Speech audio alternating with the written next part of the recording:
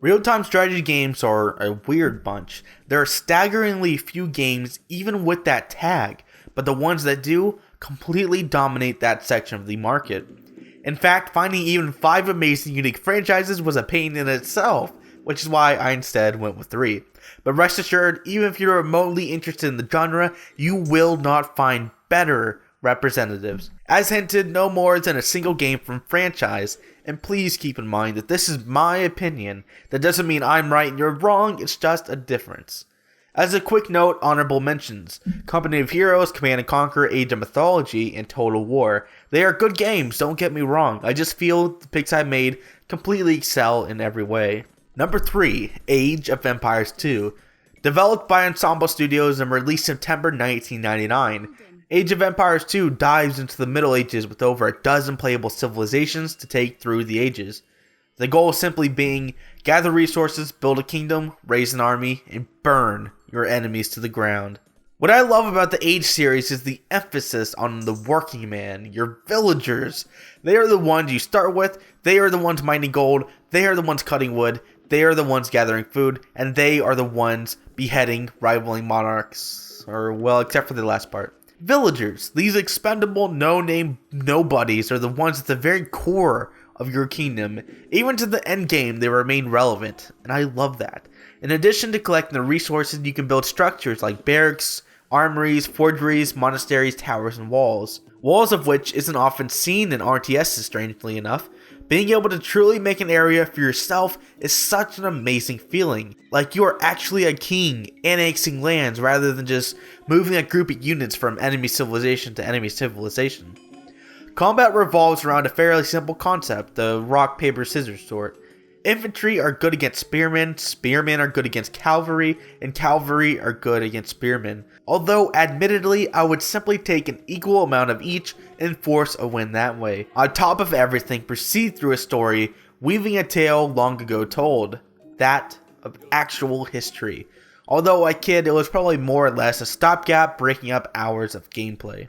The classic RTS that most people remember. Admittedly, I started on Age of Mythology, but I can't deny the incredible impact Age of Empires II had on both the community and the market. While this isn't a huge hit competitively, this is probably the one with the biggest casual audience. It really helps to have the historical background combining enjoyment and education. While there have been a multitude of criticisms, that doesn't stop this title from being a quick play and put down masterpiece. Number 2, Warcraft III. The precursor to Giants Dota and World of Warcraft, Warcraft III was released July 2002. Like previous installments, used basic units to collect lumber and gold while building up a base. While those aspects haven't seen an overhaul, the hero angle is something new entirely. Certain powerful unique units, heroes, play sort of like an RPG. When in battle, they will earn experience points which can be used to upgrade abilities and become very nearly a one-man army. Warcraft 3, in addition to new additional races to play as, feature a set of heroes to conquer the battlefield with. Also novel is the day-night cycle dynamically changing the way you view the game, and it wasn't just cosmetic either.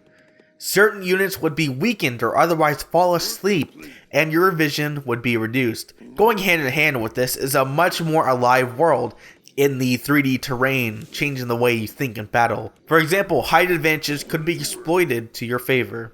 Outside of gameplay, Blizzard's trademark excellence in storytelling shines through.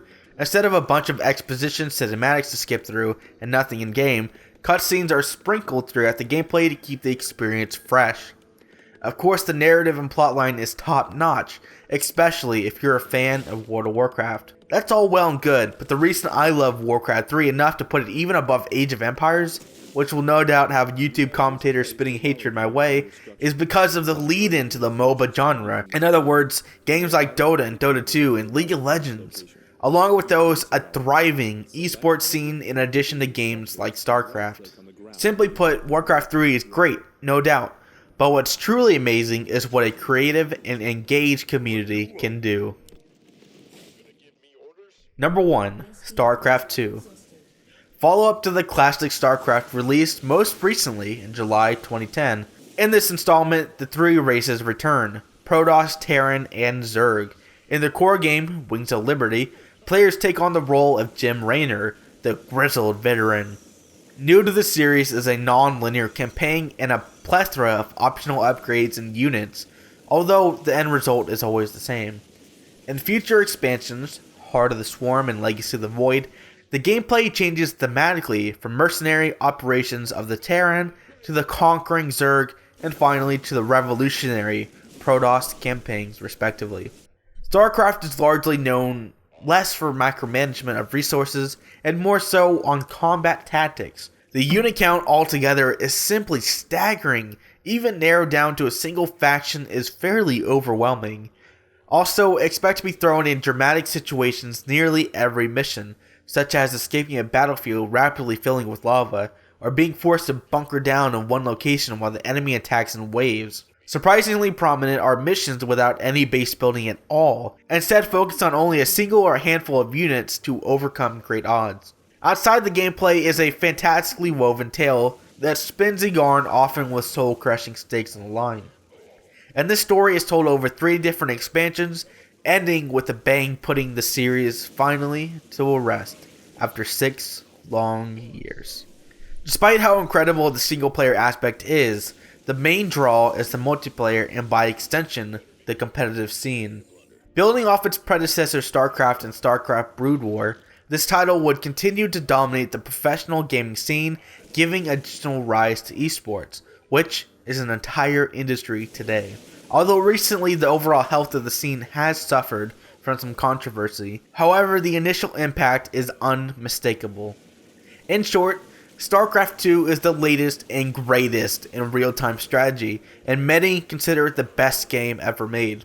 Along with dense character stories and plot lines, StarCraft II and StarCraft sought to bring the highest quality tactical and strategic gameplay imaginable.